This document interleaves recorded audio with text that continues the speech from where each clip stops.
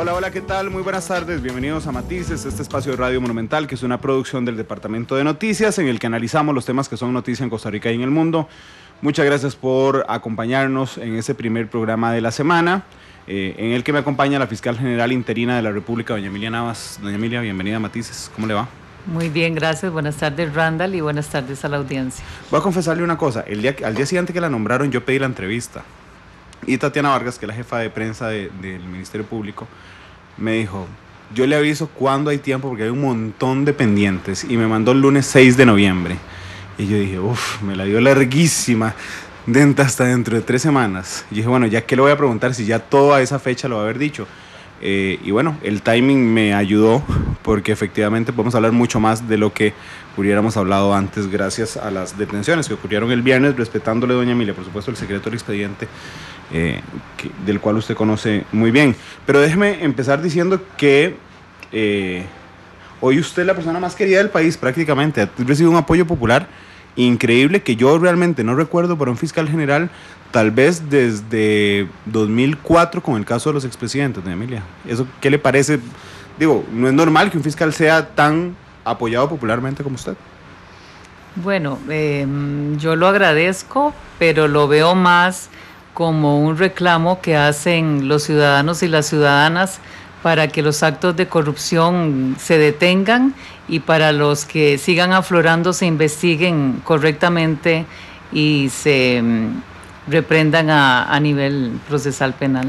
Pero le ponen la barda alta, o sea, es decir, hay una enorme expectativa sobre usted.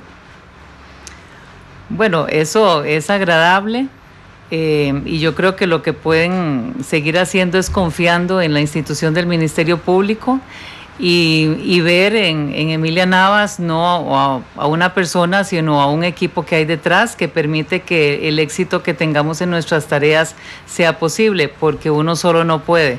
Si no es con fiscales y fiscalas extraordinarios y extraordinarias y colaboradores de la misma manera, es muy difícil que el trabajo se pueda hacer en forma individual. Yo le entiendo, por supuesto, la posición. Lo que pasa es que cuando uno oye comentarios en la calle, en redes sociales, la gente no habla de la fiscalía, ni siquiera habla del Ministerio Público, habla de la fiscal Navas, habla de doña Emilia. O sea, realmente existe una expectativa personal sobre usted muy fuerte, aunque ostente el cargo en este instante de manera interina. Bueno, lo que sucede también es que todos tenemos nuestro estilo de gestión y la mía, mi tipo de gestión pues ha obtenido resultados diferentes y tal vez eso les llama la atención. ¿No se siente apremiada por el tiempo en el que fue nombrada, teniendo una barda tan alta, unas expectativas tan altas de llenar?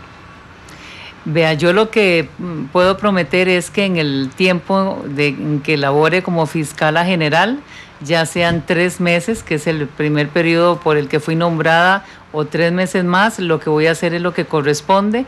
Lógicamente hay mucho trabajo que realizar.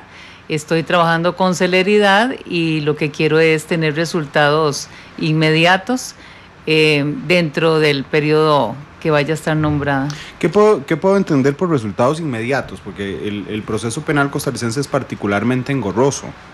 Sí, en lo que quiero decir con eso es que lo que esté en mis manos realizar, se haga. Que estos 6 meses de posible nombramiento como fiscala general sean aprovechados para retomar el tiempo perdido en los casos que en este momento están en nuestras manos. ¿Usted cree que serán 6 meses? Para obtener resultados definitivos, no. No, que son 6 meses los que ocupará el cargo en en este nombramiento interino. Ay, disculpe, no le entendí. No se preocupe. Sí, vea, la Corte dijo que eran 3 meses con posibilidad de otros 3. Mi nombramiento como fiscal subrogante es de 1 año, pero como el fiscal general en propiedad está suspendido, habrá que esperar cuánto tiempo le toma al Tribunal de la Inspección Judicial la investigación sobre su actuación en el Ministerio Público, y de eso depende si se prorrogan otros 3 meses o un poco más. Que corríjame si me equivoco, pero el Tribunal de la Inspección tiene hasta 1 año, ¿verdad? Sí, señor. Si dura el año, que es el máximo que puede durar, llegaríamos prácticamente a topar con la salida del fiscal general en propiedad, que es don Jorge, que si no me falla la memoria se le vence en octubre. 1 de octubre del 2018. Es decir, que si el tribunal dura el máximo que puede durar, será usted fiscal interino hasta el término del mandato de don Jorge Chavarría. Bueno, ambas situaciones coincidirían. Y tiene calculado, o sea, tiene no proyectado, porque eso, digo, usted depende del resultado de las investigaciones, pero ¿está lista para asumir si tiene que ser un año lo que ocupe el cargo de fiscal general interino? Claro que sí. ¿Usted quiso ser fiscal general alguna vez? Sí, en el 2010, cuando don Francisco Dalanese renunció y salió a concurso la plaza, yo me postulé. Usted estaba postulada, no recuerdo, yo cubrí esa votación en corte, pero no recuerdo cuántos candidatos había. Éramos como 7. 7 candidatos. ¿Cómo le fue esa ocasión? Digo, ¿cómo le fue? No, evidentemente que don Jorge Chavarría de fiscal, pero ¿cómo le fue? ¿Tuvo algún voto en corte? Sí tuve varios, pero lo importante fue que tuve un apoyo de la mayoría de los funcionarios y funcionarias del Ministerio Público, porque inclusive en ese momento un magistrado tenía un programa en la red del Poder Judicial y hizo una encuesta y los funcionarios, don Rolando, sí, tenían la posibilidad de mencionar a quién les gustaría que estuviera al frente de la institución y la mayoría votó por mi persona. Lógicamente eso fue solo una opinión porque quienes tienen la decisión de quién toma las riendas de la institución son los magistrados y las magistradas. ¿Tuvo que hacer lobby en esa ocasión? No hice. ¿Por qué cree usted que perdió en 2010 la posibilidad de ser fiscal general, tomando en consideración que uno pensaría que los magistrados toman muy en cuenta la posición de los fiscales? Y don Rolando efectivamente, creo que se llamaba Diálogos. Sí. No recuerdo cuál era la otra parte de la página que tenía don Rolando. Era notorio que el Ministerio Público estaba con usted. Bueno, yo no considero que perdí. Lo que sucede es que son los señores magistrados y las señoras magistradas las que deciden, y entonces habría que preguntarle a ellos y a ellas, porque en ese momento decidieron que la mejor opción era don Jorge Chavarría. ¿Me puede contar en lo que pueda, debido al secreto del expediente, cómo es que logran madurar tanto la investigación, particularmente de estos 2 expedientes que creo incluyen las detenciones del viernes, que logran ya pasar a la etapa donde se generan las detenciones, donde se imputan a los sospechosos y donde esto les garantiza a ellos el secreto del expediente? Porque sé que esto a veces es estratégico, determinar el momento de la imputación, doña Emilia. Sí, claro, lo que sucede es que en 3 semanas trabajamos todos los días hasta tarde, analizando qué era lo urgente, y en grupo determinamos que ya era hora de realizar las diligencias que hicimos el viernes. Habían logrado un avance, una probabilidad de culpabilidad importante. Bueno, lo que hicimos fue analizar los elementos de juicio con los que contábamos y consideramos que en esos 2 expedientes, porque son 2 de una totalidad de 12 que los estamos viendo integralmente, ya había posibilidad de intimarles los hechos. En términos estratégicos, ¿no les podría jugar en contra de la investigación el hecho de que ahora las partes tengan acceso al expediente? Para nada, porque el debido proceso permite que ellos tengan acceso y nosotros vamos a seguir trabajando el resto de los 10 legajos de investigación. Doña Emilia, viendo los delitos por los cuales imputaron a los 7 detenidos, creo tener una lectura de que ustedes están con la hipótesis de que había un plan general para que don Juan Carlos Bolaños sacara el crédito, presentara una denuncia falsa y esto le permitiera no pagar el crédito. Más o menos es la lectura que tienen en este momento de esos 2 expedientes. Bueno, lo que le puedo decir, porque hablar de lo que nosotros tengamos claro o pretendamos probar a la hora de que tomemos la decisión de formular una posible acusación en contra de los involucrados, de los cuales solo ellos son una parte, ¿verdad? Lo importante es que lo que ha salido en los medios de prensa es lo que estamos investigando y son en resumen los hechos que les estamos imputando. En resumen, porque este caso ha generado muchísimo interés popular, pero los dos expedientes que ustedes están utilizando en las detenciones que ocurrieron el viernes, prácticamente es el audio que se filtró a la prensa hace un par de meses. Es ese caso. Uno de los casos es la denuncia calumniosa y simulación de delito, y otro es el crédito del BCR. ¿Me puede aclarar lo de la denuncia calumniosa y la simulación de delito? Esa es la denuncia contra Guillermo Quesada, el superintendente del BCR. Sí, señor, así es. Ok, y el crédito es el otorgamiento del crédito como exactamente, tal. Que el BCR le dio a don Juan Carlos. Ok, si cumplía con los requisitos. Me llamó la atención, doña Emilia, y por supuesto yo no soy abogado, ¿por qué no existe, por ejemplo, la asociación ilícita en los delitos imputados, si me parece leer desde afuera que ustedes están pensando que hay un plan? Sí, lo que sucede es que los hechos que se intiman o se investigan no necesariamente tienen que tener una calificación legal desde el inicio de la investigación. Esa se da al final, cuando se tome una decisión de si se desestima, si se acusa o se sobresee a las personas sospechosas. Nosotros, estos dos expedientes forman parte de un grupo de 12 delegados de investigación, y la calificación legal final, en la que puede ser que esté o no esté la imputación de asociación ilícita, no necesariamente tiene que darse ya. ¿Cuán maduro está esta investigación? ¿Usted cree que podamos ver en su gestión de fiscal general interina la acusación de estos dos expedientes?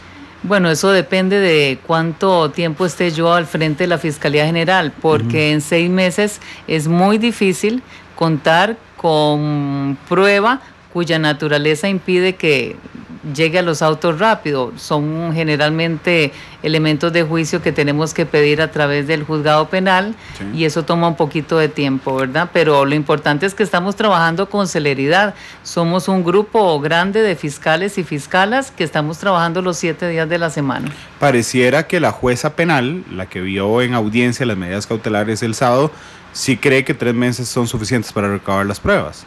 Sí, lo que sucede es que ella conoció la situación de los señores imputados de 2 causas. Claro. Que nosotros estamos investigando al mismo tiempo con otras 10.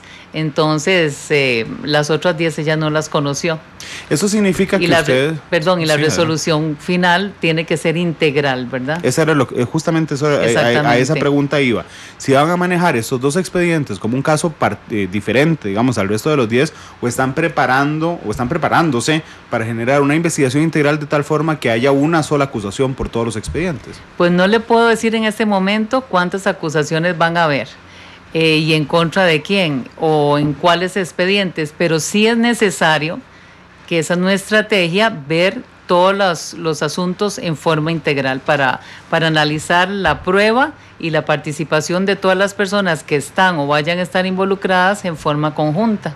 Doña Emilia, en estos 2 expedientes, los únicos sospechosos son los imputados. Los que ya están imputados, no falta nadie.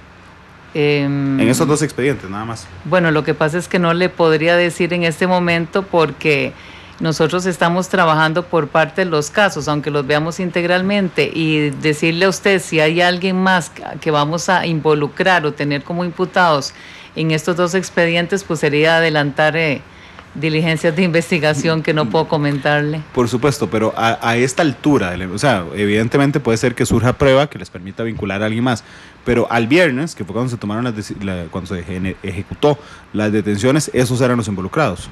Bueno, esos son los imputados, pero sospechosos hay más. De esos 2 expedientes. ¿Qué le parecieron las medidas cautelares? Hablando de esos 3 meses, porque la Fiscalía pide 6 meses, más o menos haciendo una proyección de cuánto puede tardar la investigación para mantenerlos vinculados al proceso, y la jueza penal les dice no, 3.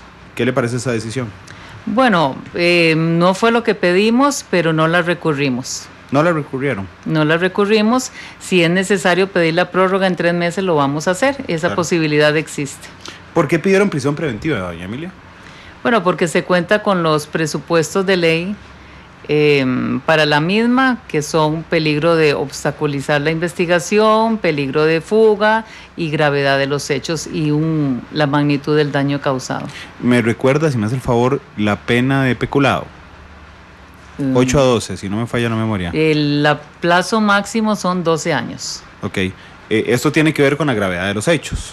Claro que sí, y el daño causado también, el monto del daño causado. El daño patrimonial. Causado al Estado costarricense. Sí. Ok, ¿cuál fue de los 3 presupuestos para prisión preventiva el que pesó en la solicitud de los 7? Mire, tienen que existir los 3.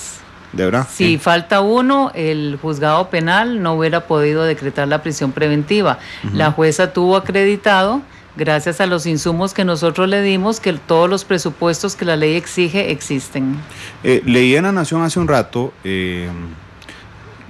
lo que pasa es que no viene citada entrevista, creo que no sé si tuvieron acceso al documento de solicitud de la prisión preventiva, que ustedes usaron los presupuestos para los 7 detenidos. ¿Eso es cierto? ¿Los mismos presupuestos? Sí, y por eso es que a los 7 se les dio prisión, se les dictó en contra de la prisión preventiva. Alegaron que había posibilidad de fuga del país debido a los recursos económicos que tienen los 7. Sí, todos los presupuestos existieron para los 7 imputados. Sí, le entiendo el presupuesto de que para los 3, según el criterio del Ministerio Público, existe peligro de fuga, peligro de obstaculización y gravedad de los hechos y el daño patrimonial. Ok, pero el argumento para establecer la posibilidad de fuga es el ingreso económico de los 7. Lo que sucede es que eso es parte de la información que nosotros le damos al juez penal para que tome la decisión, pero tiene que ver con el fondo del asunto y entonces no puedo comentarlo aquí. Bueno, no se preocupe, cualquier otra pregunta que no pueda comentarme me dice sin problema, pero necesito hacérselas. Juan Carlos Bolaños, entiendo, es el único de los imputados que tiene helicópteros y avión. Digo, esto podría pesar en un riesgo de fuga. ¿Ustedes tomaron en consideración esto? Todos los aspectos que nosotros valoramos fueron trasladados a la señora jueza penal y ella pues tuvo el convencimiento de que los presupuestos existían y por eso fue que dictó la prisión preventiva. El tema del arraigo de los otros 6, que no son Juan Carlos Bolaños, es decir, los funcionarios del BCR, no pesó para solicitar medidas alternas, doña Emilia, en algún momento. Decir, bueno, Juan Carlos Bolaños entiendo que es el dueño de las empresas, o sea, no es un empleado. Los otros 6 entiendo que son empleados. ¿Esto no pesó en algún momento para...? Vea, la solicitud de prisión preventiva que pedimos en contra de cada uno de los imputados tuvo sus particularidades. No se hizo un solo argumento para cada imputado, sino que se habló de cada situación en particular. Doña Emilia, en los 15 años que tengo cubriendo aquí en la radio y temas judiciales pasé 10, yo no recuerdo una audiencia tan larga, por lo menos de manera mediática, porque seguramente puede haber audiencias más largas, pero que la prensa no nos diéramos cuenta. Si no me falla la memoria, la de los expresidentes duró unas 8 horas, siendo muchos imputados. ¿Era también parte, le pregunto, de la estrategia del Ministerio Público una audiencia tan larga donde, entiendo, usted iba variando fiscales, así lo tenía previsto, pero los defensores estaban ahí las 18 horas que duró la audiencia? Sí, o sea, yo no podía determinar con antelación exactamente el número de horas que se iba a ocupar, pero sí sabíamos el equipo de trabajo, que era un caso complejo, que eran varios imputados, que eran varios abogados, y por lo tanto desde antes habíamos planificado que en caso de que fuera alargándose la audiencia íbamos a tener relevos de entre todos los miembros del equipo de trabajo que conocen a la perfección todos los detalles del caso. ¿Eso les podría dar, le pregunto, cierta ventaja sobre los defensores que sí tuvieron 18 horas seguidas? Bueno, no podría decir la forma en que se organizaron los defensores de los señores imputados, pero... ¿No es parte de la estrategia de la Fiscalía, cansar a los defensores? No, señor. Digo, porque yo después de 18 horas hasta yo de abogado le pido prisión a mis clientes y ya en algún momento todos necesitan ir a descansar. No, para nada. Es del conocimiento de todos los que estábamos ahí, que es un caso complejo, que eran varios imputados, varios defensores y que todos tenían derecho a la palabra y a los alegatos. La última pregunta sobre los 2 expedientes. ¿Usted me puede decir si los 7 imputados decidieron declarar? Bueno, eso no se lo puedo indicar porque tiene que ver con el fondo del asunto. Aunque no le pregunte qué declararon, simplemente si declararon. Sí, no se lo puedo mencionar. Inclusive si le hago la pregunta al revés, si le pregunto si alguno se abstuvo. No puedo. Hablemos de los otros expedientes, doña Emilia. ¿Podríamos esperar la misma velocidad de los 10 expedientes que faltan? ¿Me está hablando de los otros expedientes relacionados con el caso Cemento Chino? Sí, además, le voy a hacer una pregunta antes para aclarar eso. Sí. ¿Son 10 expedientes más relacionados con Cemento Chino o 10 expedientes más relacionados con BCR Créditos. Con cemento chino todo. Ok, por ejemplo, Copelesca no está en esos 10. Sí está también. Pero ese no tiene que ver con cemento chino. Sí, pero está relacionado por Raven y todo esto, sí, con la señor. directiva. Sí, señor. Igual que Marriott de los Sueños. Sí, señor. El directivo Francisco Molina está investigado por recibir depósitos en su cuenta bancaria. Eso no se lo puedo decir. Eso tiene que ver con el fondo de la investigación. ¿Hay un expediente donde es sospechoso don Francisco? No se le lo dije el puedo delito. decir. Tampoco. No, ¿le puedo preguntar si don Francisco está siendo investigado? No le puedo afirmar eso ni descartar. Ok, bueno, hablemos de los otros 10 casos. ¿Podría esperar la misma velocidad que con este en los próximos días, con cualquiera de los otros días, doña Emilia, para no alertar a nadie? Los casos van a ser atendidos con la misma celeridad y las diligencias que tengamos que hacer se llevarán a cabo en el momento en que sean necesarios. Juan Marco Rivero, el abogado de Juan Carlos Bolaños, evidentemente es un abogado parte del proceso. Decía el viernes que don Juan Carlos Bolaños se había presentado, no recuerdo si son 3 o 4 veces, discúlpeme, al Ministerio Público a ofrecer una indagatoria y ponerse a las órdenes del Ministerio Público. Empecé a recibir tweets ese día que estábamos hablando con don Juan Marco que me decía, no, él no vino a ofrecerse a indagar, vino a ofrecer prueba, que es diferente. ¿Usted me podría aclarar ese extremo? Sí, yo no voy a hacer ninguna valoración de lo que don Juan Marco Rivera o cualquier otro abogado diga a la prensa o diga dentro de la investigación. Yo lo que le puedo decir es que el Ministerio Público va detrás de determinada prueba y todas las diligencias de investigación que se hicieron fue en búsqueda de la prueba que a nosotros nos interesa para acreditar los hechos de corrupción. Le entiendo, no los que ellos querían entregar, son los que ustedes requieren. Sí, señor. Así. Sí, señor. Ok, pero ¿es cierto que él se había ofrecido a que lo indagaran? Sí, lo que pasa es que eso lo hizo con respecto a una causa en la que efectivamente fue indagado por retención de cuotas obreras patronales. Ah, ok, ahí me cambia absolutamente el panorama. Él se ofreció a ser indagado y fue indagado en esa causa. Sí, señor. ¿Eso es reciente? Sí, lo hizo la unidad operativa del Ministerio Público. ¿Bajo ya su mandato? No, señor, fue antes. Antes. Sí. ¿Usted como fiscal general, él en algún momento se ofreció a ser indagado? Digo, en la fiscalía, no a través de la prensa. Sí, hubo un día en que don Juan Marcos y su defendido se apersonaron, pero como nosotros no le hicimos ningún llamado, le pedimos que esperara el llamado, si era que iba a haber. ¿Recuerda cuándo fue eso? No, señor. ¿Reciente? Fue en estas 3 semanas que tengo de gestión de fiscala general. ¿Pero fue la misma semana de los allanamientos? No, señor. Mira, déjeme brincar de tema para aprovechar lo más que pueda, porque me quedan como 17 minutos de su entrevista. ¿Me puede aclarar cuándo se puede abrir un caso desestimado, reabrir un caso desestimado? Bueno, es que la desestimación no hace cosa juzgada. Eso significa que si un caso es nuevamente valorado y se considera que pudieron haberse realizado otras diligencias de investigación para determinar si los hechos acontecieron y quién es el responsable, lo podemos hacer. Justo a ese punto quería llegar para que me ilustrara, porque le he preguntado a mucha gente durante las últimas horas, la desestimación la autoriza un juez, ¿cierto? La dicta un juez, sí, a solicitud del Ministerio Público. Ok. No depende la reapertura de un proceso desestimado de que aparezca nueva prueba. Puede ser simplemente la valoración de que no se hizo suficiente. Por muchas razones puede ser reabierto. Entre esas que consideraran que no se hizo suficiente. Exactamente. En este instante, de las que estaban desestimadas, están reabiertas, está la de Otto Guevara Gut y Víctor Morales Zapata, pero fue antes de que usted asumiera. Sí, señor. Entiendo que la de Crucitas, que fue por orden público. mía. Ajá, esa fue por orden. ¿Hay alguna otra por orden suya reciente, doña Emilia? Hay 4 casos que están siendo analizados por fiscales y fiscalas de experiencia. Y hay 2 que estaban con proyectos de desestimación que también están siendo analizados. Entonces, en el momento en que nosotros tomemos una decisión de si se ordena o no la reapertura, lo vamos a comunicar. ¿Y me puede contar cuáles son los expedientes? Soresco. Ajá, Soresco es uno. OAS, Ruta 27, el caso del expresidente de Perú, Alejandro Toledo.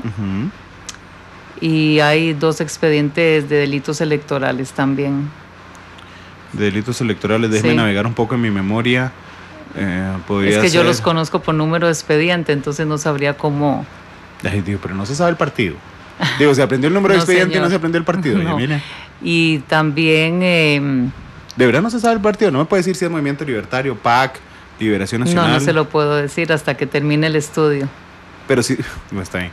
Entonces voy a cambiar. Es que usted es muy cuidadosa en las palabras que utiliza, doña Emilia.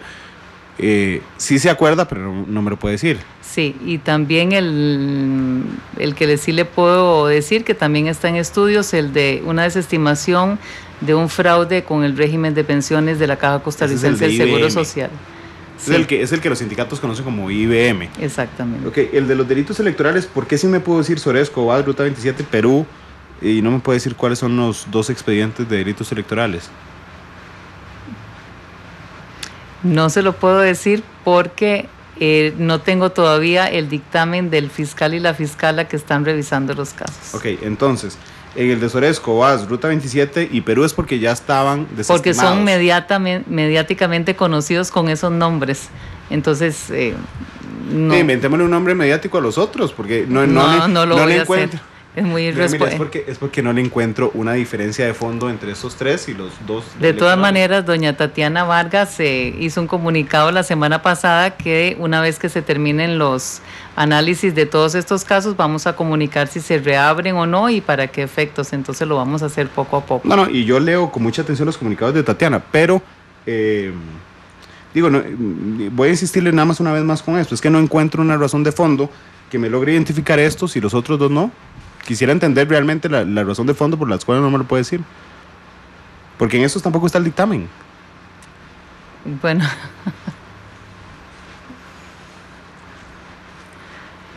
No le puedo dar el dato en este momento. Entiendo eso, pero ¿por qué? Porque está en estudio el caso. Igual que los otros 4, doña Emilia. Sí, pero los otros ya mediáticamente son conocidos con esos nombres. Yo no voy a mencionar o darle un nombre para que mediáticamente sean conocidos. Mi obligación es simplemente analizarlos. Por eso, si un caso es conocido mediáticamente, usted puede hablarme de él. No, le doy el nombre del caso. Así como cemento chino, cementazo. Como exactamente. Nada más. Bueno, aún así sigo sin entender la diferencia entre los 2, porque no le estoy preguntando a los imputados, podría preguntarle el caso PAC o el caso Movimiento Libertario, no le estoy dando el nombre de los imputados. Pero dejémoslo ahí un momento, porque me alegra que haya metido además el tema de lo mediático. Don Emilio, ¿usted cree que en algún momento el Ministerio Público ha trabajado al ritmo de la prensa? ¿Influido por la prensa? Le puedo decir que en estas 3 semanas, durante mi gestión, no lo ha hecho, no lo está haciendo y no lo va a hacer. No puedo responder por lo anterior, por la gestión de los otros fiscales generales anteriores. ¿Cuál es la razón específica de que se hayan reabierto los 4 casos que me confirmó, el 5º que me contó que es el de IBM y los 2 que se guardó? Bueno, el Ministerio Público ha sido últimamente cuestionado en el sentido de que no ha actuado correctamente. Si eso sucedió o no, solo se va a saber cuando las investigaciones, tanto a nivel penal como administrativo, lo decidan. Lo que le puedo decir es que si son casos de interés público, yo creo que vale la pena, por transparencia, analizar si los mismos fueron o no cerrados o desestimados atinadamente. Estoy de acuerdo con usted, nada más ayúdeme en 2 términos. ¿Quién ha cuestionado al Ministerio Público por estos casos? Cuando usted dice hemos sido cuestionados, bueno, el Ministerio Público ha sido cuestionado, ¿a quién se refiere? Bueno, en las redes sociales y los medios de prensa, los ciudadanos y las ciudadanas se han manifestado en ese sentido y también las instituciones afectadas, involucradas en esos casos. Entonces a veces sí actúa el clamor popular. Digamos, cuando las redes sociales, los medios y los ciudadanos presionan, reabren. No es que presionan, es que cuestionan. Y yo creo que por transparencia debemos analizarlos. Y si tenemos la posibilidad, hay que hacerlo. ¿Usted va a reabrir todos los todos los procesos que se cuestionen, que están desestimados, doña Emilia? No, materialmente es imposible. Si hay abogados o partes involucradas, tienen la posibilidad por ley de hacer las gestiones para que sean reabiertas, pero en los casos en que medien, en que haya interés público que se vea afectado, lo voy a hacer. ¿Cómo define el interés público, doña Emilia? O sea, ¿qué le permite determinar que un caso tiene interés público y otro no tiene interés público? Cuando se ha dañado el patrimonio del Estado. Cuando hay fondos públicos. Cuando hay fondos públicos, sí, y cuando son casos que por ser presuntamente actos de corrupción que atentan contra la democracia, vale la pena que sean revisados. Me interesa esa reflexión que hizo. ¿Podría ampliarla o elaborarla un poco más? Es que realmente a mí me interesa la profundidad con la que usted utiliza las frases, doña Emilia. Cuando usted dice hechos que atenten contra la democracia, ¿a qué se refiere en particular? Mire, me gustaría que lo elaborara. Cualquier acto de corrupción atenta contra el sistema democrático. Si hay de por medio un impacto social, la magnitud del daño, fondos públicos, dependiendo del caso hay muchos bienes jurídicos que pueden haber sido lastimados y entonces es nuestra obligación revisarlo. ¿Podría establecerse como un requisito para establecer la reapertura de casos desestimados el hecho de que sean casos de corrupción? O sea, más directo, ¿reabrirá los casos de corrupción desestimados en general? Voy a hacer una lista. Estamos haciéndolo por partes porque, como le digo, solo tengo posibilidad de revisarlos en 6 meses y lo que estamos valorando son los casos que están con posibilidad de prescribir. Ok. En el caso de Cruzitas, por ejemplo, no está prescrito. No, estaba a punto de prescribir, pero no está prescrito. Y déjeme preguntarle algo realmente de la ignorancia. ¿El hecho de que ustedes reabran interrumpe el plazo de prescripción? La indagatoria interrumpe. La indagatoria del expresidente Arias. Sí, señor. ¿Que está citado? ¿Tiene fecha esa citación? Sí. ¿Me la puede dar o no? No se la puedo dar.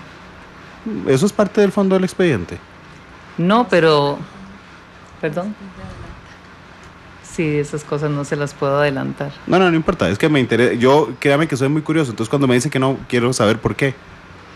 Porque eso tiene que ver con la atención del caso y nosotros lo vamos a realizar sin que haya ninguna mediatización de la diligencia de investigación, como es la declaración indagatoria. A declarar. ¿No le parece? Bueno, no le voy a dar la fecha porque esos son trámites de fondo de eso me quedó la Fiscalía. Me quedó muy claro que no me van a dar la fecha. La única que han llamado a indagar nueva de reapertura de desestimación es Cruzitas. Sí, señor. En las otras no hay nuevas indagatorias hasta las 2:39 de hoy. Ni en Soresco, ni en OAS, ni en Ruta 27, esos ni en casos Perú. están en estudio. Ok. Y la única que ya se decidió a reabrir con la indagatoria es Cruzitas. Sí, señor. Y se hizo justamente por el peligro de que prescribiera si no indagaban. No, la indagatoria se está haciendo porque nosotros consideramos que podemos imputar al señor Arias Sánchez los hechos. Sí, digamos, eso lo entiendo, por supuesto, pero también entiendo que detrás de todo proceso judicial hay una estrategia. Y digo, sí, pero no la voy a hacer pública. No, guarde. Pero ustedes en algún momento, digo, los fiscales trabajan así, en algún momento dicen, suave, esto va a prescribir, hay que interrumpir la prescripción. Entonces yo entiendo que la indagatoria es porque creen que ya están listos para imputar los hechos, pero digo, matan 2 pájaros de un tiro, interrumpen la prescripción de una vez. La premura con la que indagan tiene que ver con la prescripción. No, la premura es porque ya estudiamos el caso, consideramos que hay elementos de juicio que nos permiten arribar a la probabilidad de que él es responsable de los hechos que se investigaron y por lo tanto lo citamos. Podría adivinar su respuesta, pero aún así voy a planteársela. ¿Me puede decir por qué delitos indagarán al expresidente Arias? Por prevaricato. ¿Es el único delito? Hasta ahora sí, pero recuerde que la calificación legal se da al final. Sí, por supuesto, pero digamos, para la indagatoria el delito que se va a imputar es prevaricato. No, nosotros vamos a imputar hechos. Para imputar, discúlpeme, sí. Hechos. Nosotros le vamos, no es necesario. Nosotros le vamos a decir cuáles hechos son los que se le atribuyen. Finalmente, la calificación que se le da puede ser una u otra, ¿verdad? Nosotros intimamos por hechos, nada más. ¿Podrían pedir medidas cautelares, doña Emilia? Eso se valora el día de la indagatoria. ¿De verdad se valora hasta ese instante? Sí. No van listos cuando... Digo, no en este caso, en términos generales no van listos antes de indagar. Es decir, No vamos a indagar y después ventes, no necesariamente. Ok, pero no lo han determinado aún. No hasta que recibamos la declaración indagatoria. Ok, ¿hay algún otro proceso de estos? Oresco, VAS, Ruta 27 y Perú, disculpen porque no me acuerdo cuál es el nombre de la empresa, así que yo le puse Perú.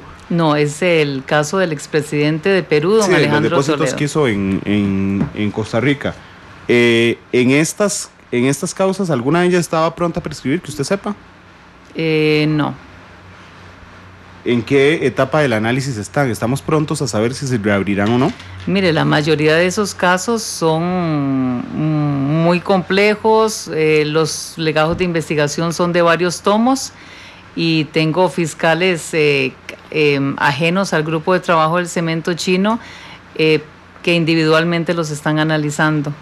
Entonces, como el análisis tiene que ser exhaustivo, con celeridad, pero atinado, entonces voy a esperar a que los estudios terminen para analizarlo después en grupo y tomar yo la decisión. Doña Emilia, cuando usted llega a la Fiscalía General no llega con un batallón de fiscales nuevos, es decir, los problemas de personal que tenía el fiscal Dalanese, que tenía el fiscal Chavarría y que ahora tiene usted, siguen estando ahí. ¿Cómo ha sorteado la falta de personal? Bueno, es un hecho que nos gustaría tener más recursos de toda índole, pero lo que hemos hecho es reorganizarnos y gracias al apoyo de todos los fiscales y fiscalas del Ministerio Público han aceptado subir sus cargas de trabajo para sacar plazas de fiscal que estaban en otras fiscalías para venir a atender estos casos. El compromiso es general, el compromiso no solo es mío y de los fiscales que están viendo estos casos de interés público, es de todos los fiscales territoriales. ¿Se metió a la trocha? Digo, se metió a la trocha es una frase muy liviana para preguntarle si llegó a revisar la investigación de la trocha. No, ese caso ya está resuelto, está acusado. ¿Y no va a revisar la acusación? No, ya la acusación está planteada y tiene que conocerse así. Discúlpeme, estaba con lo de personal, le entró la pregunta de la trocha a través de redes sociales. ¿Cómo están trabajando con el OIJ? ¿Le parece fluida el trabajo? Bueno, siempre hemos trabajado bien con ellos, lo estamos haciendo y estoy segura que lo vamos a hacer. Cuando usted dice siempre, ¿cuándo es siempre, doña Amelia? Siempre hablo por mi persona. ¿A 3 semanas? No, bueno, 29 años. Sí, por supuesto. De su 29 años. De las fiscalías que usted ha encabezado, fraudes, por ejemplo. Sí, yo siempre, si hemos tenido éxito en las investigaciones que he tenido a cargo, ha sido porque he trabajado codo a codo con ellos y con ellas. Es que hubo quejas de oficiales generales históricamente de que el OIJ carecía de un departamento, de una sección de crimen organizado y que esto a veces les impedía trabajar en armonía procesal. ¿Usted ha encontrado ese problema en estos 3 semanas? Yo no puedo hacer ninguna valoración con respecto a las manifestaciones. No, pero ¿usted ha encontrado ese problema en estas 3 semanas? No, yo lo que le puedo decir es que estamos trabajando muy bien. ¿Cómo va la investigación penal en términos generales, por supuesto, sobre el exfiscal Chavarría? El fiscal general. Mire, el artículo 295 del código impide que yo haga ninguna mención con respecto a eso. Igual que en el caso del magistrado Gamboa. Tampoco, no puedo mencionarlo. El presidente de la Corte Suprema de Justicia, don Carlos Chinchilla, está investigado en este instante por una denuncia que entró. Sí, ustedes saben que existe una denuncia, pero tampoco puedo mencionar nada al respecto. ¿Hay algún otro magistrado que esté investigado en este instante, doña Emilia? No puedo indicarlo. Doña Emilia, ¿usted aspira a ser fiscal general en propiedad ya completamente? Si llega, digamos, a partir de octubre, si don Jorge renuncia antes, si lo despiden o si llega el 1 de octubre y no lo reeligen, ¿le gustaría ser fiscal general en propiedad? Mire, en estos momentos tengo tanto trabajo que lo que estoy haciendo es cumpliendo con mis obligaciones como fiscal subrogante y fiscal general interina por el plazo que la Corte decida. Eso se pensará más adelante. En estos momentos no lo he meditado. Me queda 30 segundos. Doña Emilia, ¿usted no tiene en este momento un segundo a bordo en términos institucionales? No se preocupe, usted no tiene un segundo a bordo en términos institucionales en este momento. Usted asume interinamente la Fiscalía General y usted la subrogante. Sí. Si tiene que inhibirse usted... yo conozco a su esposo es abogado. Si le entra un caso a su esposo, ¿quién asume? Como lo he hecho durante 29 años, la ley no me permite inhibirme de los casos que él tramite. No, lo tengo muy claro y no lo dudo. Lo que me refiero es que a nivel institucional, cuando usted se inhibe, o en este instante, ¿quién asume? Bueno, puede ser el fiscal adjunto de la Fiscalía Especializada o Territorial que tenga a cargo la oficina. Puede ser don Juan Carlos Cubillo, que es el subjefe del Ministerio Público, o en el momento en que la Corte decida quién va a ocupar el cargo de subrogante mientras yo esté de fiscala general, lo asume. Ok, igualmente en casos de miembros de los supremos poderes, que solo usted lo podría ver. Sí. Podría asumir don Juan Carlos Cubillo, entonces, entiendo. No, apenas se nombren al fiscal o la fiscala subrogante, le tocaría a él o a ella. ¿Y en este instante? En este momento, don Juan Carlos Cubillo, porque todavía la Corte no ha nombrado.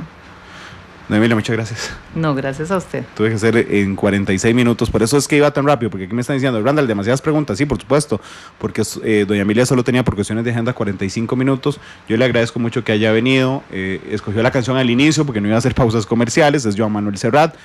Vamos a la pausa. Cuando regresemos está don Ewald Acuña analizando con nosotros las declaraciones de la fiscal general. No sé si quiere decirme algo de cierre, doña Emilia. No, muy agradecida por el espacio, porque parte de la transparencia que todo funcionario público y sobre todo judicial y de alto cargo tenemos que tener, pues agradecemos estos espacios para rendir cuentas. Ojalá tengamos más tiempo después. Sí, más adelante. Ahora un poco tengo la agenda. Demasiado trabajo en la oficina. Por eso le agradezco que haya sacado estos minutos. No, gracias a usted. 2:47, aquellas pequeñas cosas, es Joan Manuel Serrat. No, pongámosla ya antes de ir a la pausa y después regresamos con don Ewald. 2:47, ya volvemos.